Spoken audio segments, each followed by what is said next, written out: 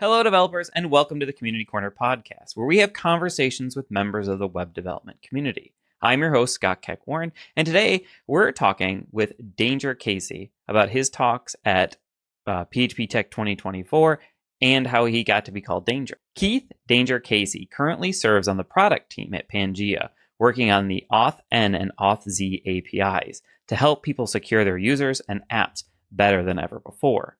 Previously, he served on the product teams at ngrok, launching the GTM efforts, Okta, working on identity and authentication APIs, as an early developer evangelist at Twilio, and he worked to answer the ultimate geek question at the Library of Congress. His underlying goal is to get good technology into the hands of good people to do good things.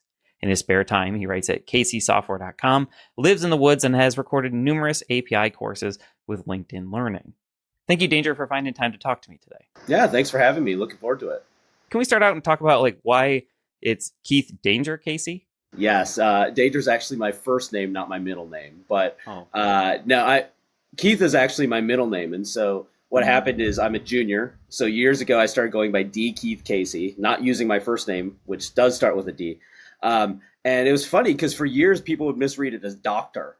And I'd always correct them and everything like that. And then I went to a Health 2.0 conference, and in front of 400 doctors, they introduced me as Dr. Casey.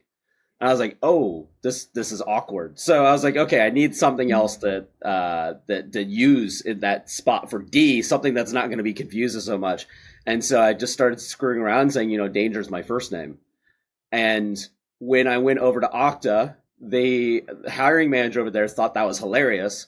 So he set up all my information with Danger, in the unofficial repositories, not the HR systems, but all the unofficial places. So then when I joined up, I hacked our employee directory and I did change my first name to Danger.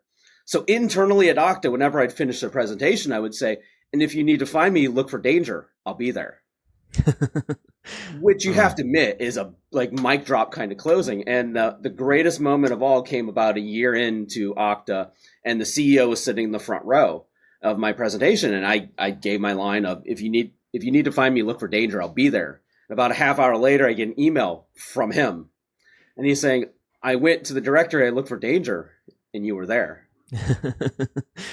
And I had that moment of panic, and I was like, okay, I can still log into things, I must still work here. And after that, it stuck. I can't get rid of it now, and that's fine because it's a fun thing to reuse. Yeah, absolutely. And I mean, it's a great conversation starter for real. So, exactly. Yeah. And everyone's looking for a little bit of danger. At my previous employer, we did that kind of, I don't know, nonsense with the phone system. We'd go in there and change people's phone names. At one point, my boss was calling people as Batman. But nobody ever got it. It was just fun. It was all internal. So nobody got in trouble for it. Nice. Yeah. And when I was at ngrok, I actually requested the email address danger@ngrok.com. Did you get that? Oh, yeah. They gave it to me as an alias. So it was fantastic because I tell people that was my email and they're like, whoa, that is so cool. I'm like, yep. Yeah. And they'd never forget it. Yeah, that is pretty fun. So you're one of the speakers at PHP Tech 2024. You're doing two talks. And the first one that we're going to talk about today is the lifts and shifts, cutovers, and other bad habits. Can you give us just a brief introduction as to what that's going to be about? Yeah, absolutely. So my underlying premise is at this point, we've all moved to the cloud. At least half of our stuff is in the cloud. We're all doing these things. But in a lot of cases, we didn't rethink our constraints because when we initially built our application, we had certain constraints, certain mindsets, certain architecture as we were building things out. And when we moved to the cloud, all of that changed. All the constraints, all of our capabilities, all of the tooling that we have radically changed. But in a lot of cases, we didn't go back to those initial decisions that we made in architecting our app and say, well, wait a minute, now that these things have changed, how do I come to a different decision? Or should I come to a different decision? We just lifted and shifted what we had.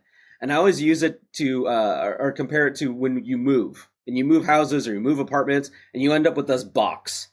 And you put all this stuff in this box. And then you move to the next place and you move this box. You never open it. You never figure out what's inside. You never say, oh, well, wait a minute. I kept that because, when I lived in that apartment 5 years ago, I needed that.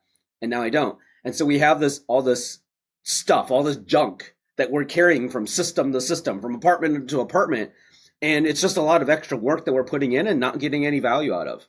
So in lift and shift, I want to go back and say, our constraints have changed. How have they changed? Let's understand that first. And then let's understand like what decisions can we make differently this time? And should we make those decisions now? That sounds really interesting. So like there's a couple design patterns you're going to talk about during this talk: the circuit breaker, the strangler, and pub sub. And like so can you give us just kind of like a brief like understanding of what those kind of things are? Or? Yeah, absolutely. So pub sub is one of my favorites out there. It's a really straightforward thing. If you use webhooks, you use pub sub. So it's a really simple pattern that basically everyone uses. But when you're thinking about moving things to the cloud, you're starting to build distributed architectures. And we're all in the cloud now, but we haven't realized we're doing things in a distributed way in a lot of cases. So I say, well, let's introduce pub sub. Let's make sure that the components that we have in our system can talk to one another. And that's really important as we break things up. We go a step below that, or a step before that, I guess. Circuit breaker pattern is another exceptionally useful one. When you have a circuit breaker in your house, when there's a short in some line or something has a problem, a circuit breaker cuts off all access to it, cuts off all the current flowing to that device or that outlet. Circuit breaker in this works exactly the same way. We detect a fault somewhere in our system. Instead of just continuing to operate like nothing's wrong, we detect that and then we shut off access to that. And then now your system hopefully can still operate in some maybe limited state, but it can still operate without running into these catastrophic errors. So it's thinking about like, how do we isolate and protect our system from potentially failed components? And in distributed systems, we're going to have failed components because that routing table might be off. That service that we're dependent on might go down, and we need to plan for that. And then in addition to that, we've got the strangler pattern, which sounds horrifying, but it's a lot less creepy than it is. Strangler pattern is anytime we want to rewrite a component, and the component we have already works.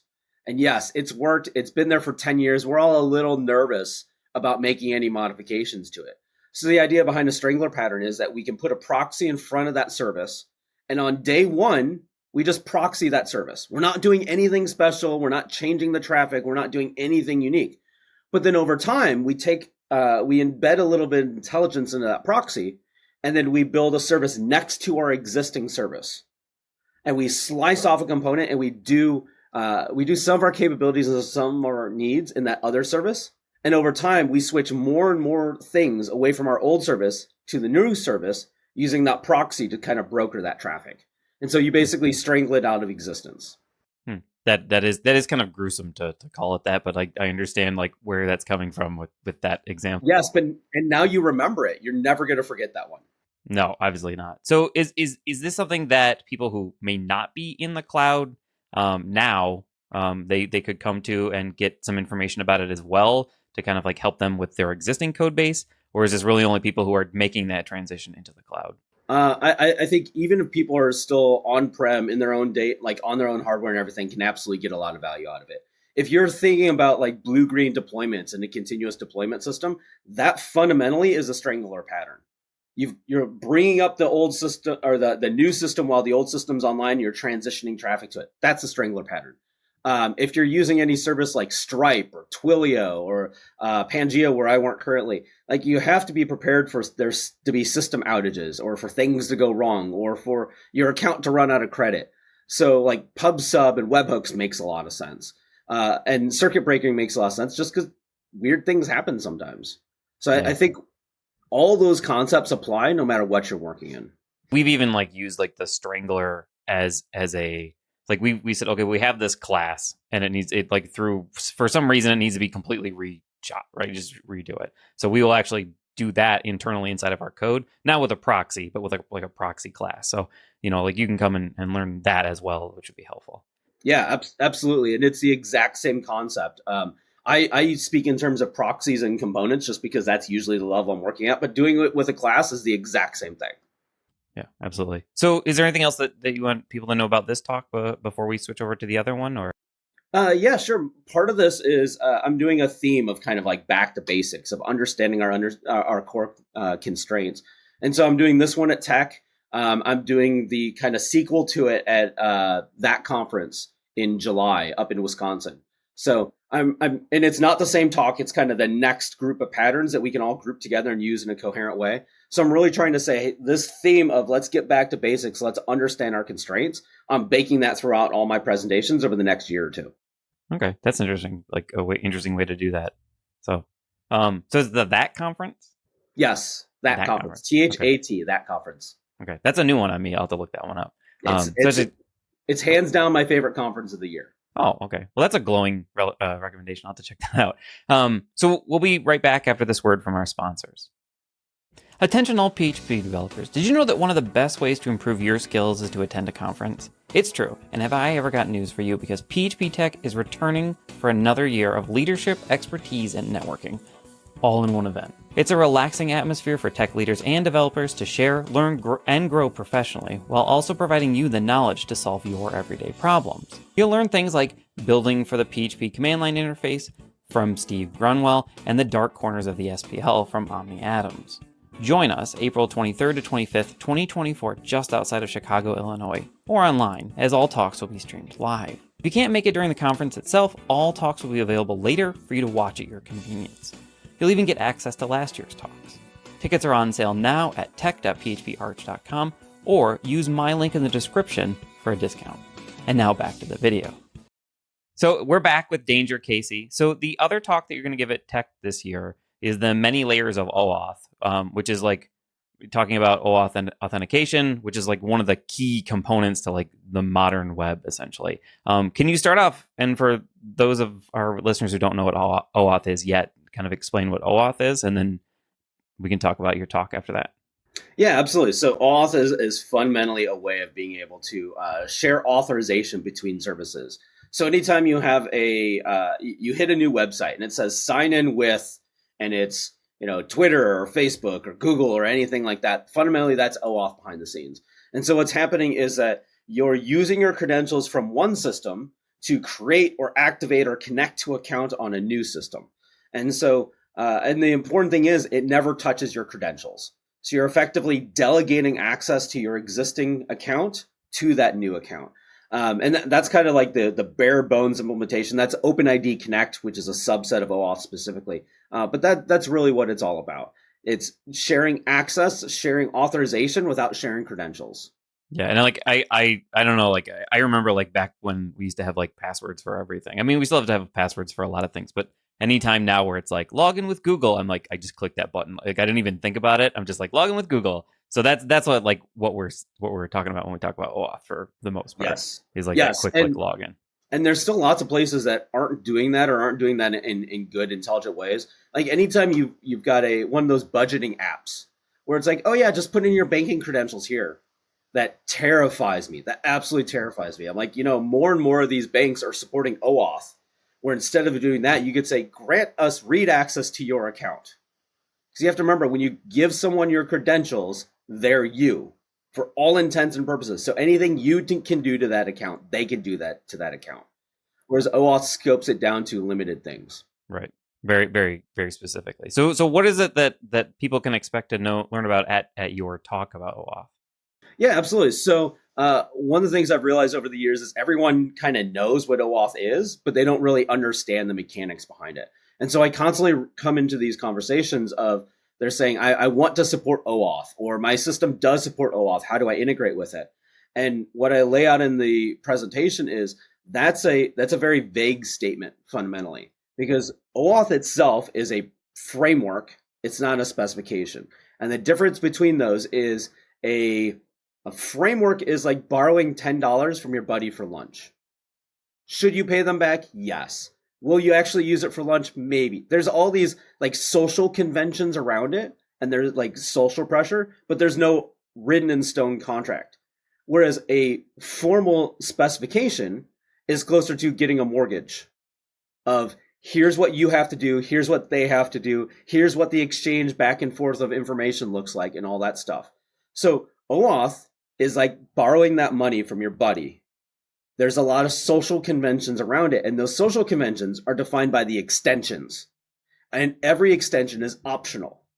So we end up in this weird spot where somebody says, I support OAuth. And what they really mean is they support the core framework and this mix of extensions, But what they really needed was that other mix of extensions. And so we end up in this complex mess where we think we're describing things the same. We think we're using the same language, and we're not. And I spent 5 years at Okta living and breathing OAuth. So I realized like the depth and complexity and the pain of this one. So I've just been trying to at least get people to realize they're not using the same language. And therefore, how can we make things better? That's I honestly like I did not know that OAuth was that complicated. Like this is like just this little bit of information that you're giving me right now is eye opening. Because I just assume like OAuth is just this thing, right? And it's just like a key exchange essentially. But what you're saying is it's like more complicated than that, obviously, because it's these extensions. The base framework can be as simple as that. But I talked about sign in with Google. That's actually not core OAuth. That's OpenID Connect which is an extension to OAuth. And OpenID Connect makes it much more strict and rigid, which is good for single sign-on. Because you can have something as simple as, I want to share my profile information. And before OpenID Connect, your profile information, your first name might be F name or first underscore name or all these different things. And you just didn't know how that payload was going to be structured, how the fields were going to be named. OpenID Connect came on top of OAuth and said, you know what? If you're going to do single sign-on or shared credentials like this, shared profile, here's what you must do. You must name these fields this way. The payload must be structured this way. And as a result, we get systems that are interoperable. Yeah, and it's always fascinating to me too, like when we have these concepts. So it's like OAuth is a base level like usage thing for the internet now, right? Like everyone is using it because it's like this is a good standard, and so like everybody just adopted it. But like this whole like there's always these conversations where we're just like, well, OAuth is what, right? And like this clarification is going to be, I think, just this in general is going to be helpful if you want to go to this talk to like understand what exactly like OAuth is, because obviously I didn't know what it was. If it's much more complicated than what I thought it was, so yeah, and it's deceptively complex because you look at it and you go, oh yeah, I could do that. Oh, my library supports that. Well, actually, your library supports this mix of extensions, and those aren't the ones that you need right now. So now the library that you thought you picked out and you told your team lead or your product manager, yeah, we got this covered, it's going to bite you at some point. Okay, man, that's fascinating. I've talked to this about other people that we've interviewed for like that are speakers at the conference, and it's just like I'm like, oh well, like I'm going to talk to so and so about their talks, and then every time I talk to somebody about their talks, I'm like, well, I got to go to both of these. Like it's just like every talk is just like so interesting to me. I'm probably like the worst person to do this too, because like I want to go to every talk. No, that's great, and I think fundamentally that's the value of a conference is that you've got, if you do it right, the community is your extended R&D group of, I don't have time to spend 40, 80, 200 hours diving into the subject, understanding all the nuance. But if I can come to your presentation for an hour, I can shave that time in half. I can save weeks of effort to go, oh, wait a minute, this woman wrote this presentation. Here's a slide deck. I'm not going to hit these dead ends because they went ahead of me and they did that trailblazing for me. So I think that's a great mindset to be in. Yeah, I was at Longhorn last year, and I apologize if the person who presented this is here. I don't remember who did it, but they were talking about the caching layer that they had built for the company that they work at, and like it dealt with like deals with like nested caching problems where you might have like, you know, this thing that uses this thing that uses this thing that uses this thing, and then this thing changes, which has to invalidate all the cache all the way up. And like I looked at, and that's a problem we have at work. And I looked at it and I was like, oh, this just like solved so many of my problems. And I just like, oh, we just use this library now. We had like all this like stuff in our code to work around it, and it's just like, oh, use this library. We're using this library, and we solved a whole bunch of problems. Yeah, the ROI on you attending that one presentation was huge, and it will be felt for months or years, and that's awesome. Like when the community is healthy, it's doing interesting, creative things, and we can learn so much. That's why I tell people, get involved in your community as much as possible. So is there anything else you want to direct our listeners and our viewers to before we let you go today? Yeah, absolutely. So I do a ton of LinkedIn Learning courses. I do one on OAuth and OpenID Connect specifically. I do API design, another one on API security. I do a design patterns in PHP talk where I talk about here's some core concepts and here's what they look like in different frameworks. So those are all useful. So definitely check that out. Keith Casey on LinkedIn, or Danger Casey if you prefer, and you'll find all that stuff. In addition to my day job, I'm living and breathing security via APIs at Pangea, and having lots of fun baking like good secure authentication into any system using IP intelligence, domain intelligence, all kinds of interesting things. We'll link to some of that stuff in the description for the episode and the YouTube video. Brilliant. Thank you. Yeah, awesome. So thank you again for finding time to talk to us. Yeah, thank you for having me. I appreciate it. Yeah, awesome. I have to say another heartfelt thank you to Danger for all of his time and all of your time as well. If you're not already a subscriber, make sure you subscribe with whatever your preferred method is, and leave us a comment or a review, as it does help others find us. This podcast is available both as an audio version on the PHP Architect website and a video version on our YouTube channel. This is Scott Keck Warren for the Community Corner podcast, signing off and reminding you to keep listening, keep coding, and keep reading.